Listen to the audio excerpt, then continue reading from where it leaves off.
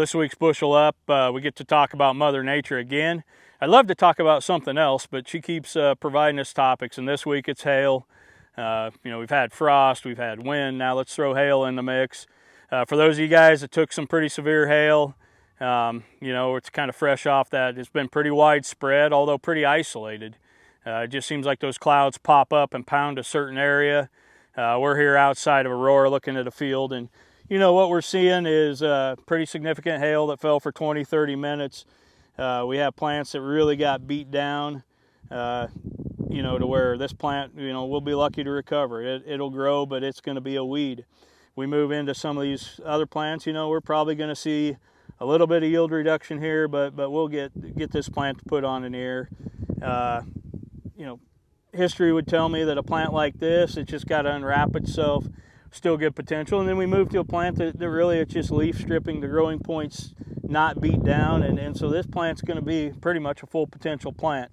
And then of course we move to one that's beat off and broke off at the stalk, at the tip. So a lot of variability in these fields. It seemed like the bigger the corn, the worse it took it.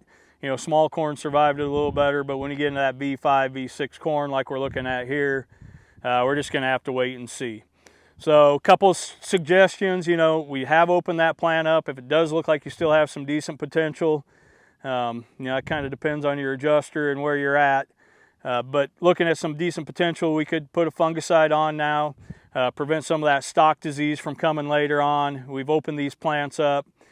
We've splattered residue, some of that overwintering diseases, soil-borne diseases will splatter into that plant, and we risk a lot of stalk issues down the road. So that's something preventative we can do now. Otherwise, we have PGRs and micronutrients. Again, I'm always careful on hailed fields how hard we push them. We got to kind of let them have a couple days just to see where they're at, and then decide if we're going to push forward. Obviously, if you still got herbicides that need to go on, we need to take care of the weeds, still prevent these fields from opening up to a lot of weed pressure. So normally I say carry on the program, just dial it back a little bit, but that's on a field-by-field basis. For those of you that have been fortunate not to have any weather, we're really starting to see some fields pop. So the concern we have now is maybe getting some delayed herbicide programs where we're getting some V6, V7 corn, pushing that 12-inch mark, and we're still needing to use some dicamba. Let's make sure we're using Diflex or Status only if we have to. We don't want to be risking brittleness. If we are in those situations where we're controlling those weeds, make sure we're throwing Constrain and trying to mitigate some of that.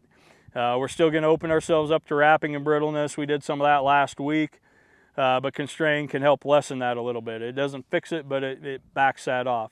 So that's one option we're looking at. There are other herbicide options out there. If you don't have big weeds, something like Impact at 2 ounces, there are other programs that help us avoid some of the risks of dicamba on corn that we can look at. So be sure you know what your weeds are, how big they are, and get a plan if you're being pushed a little bit on your herbicides. With that, we hope the Mother Nature stays away. Sounds like we got a couple days to avoid here, but looking forward to seeing these crops really take off and get going. Wish you all a safe week, and we'll talk to you next week.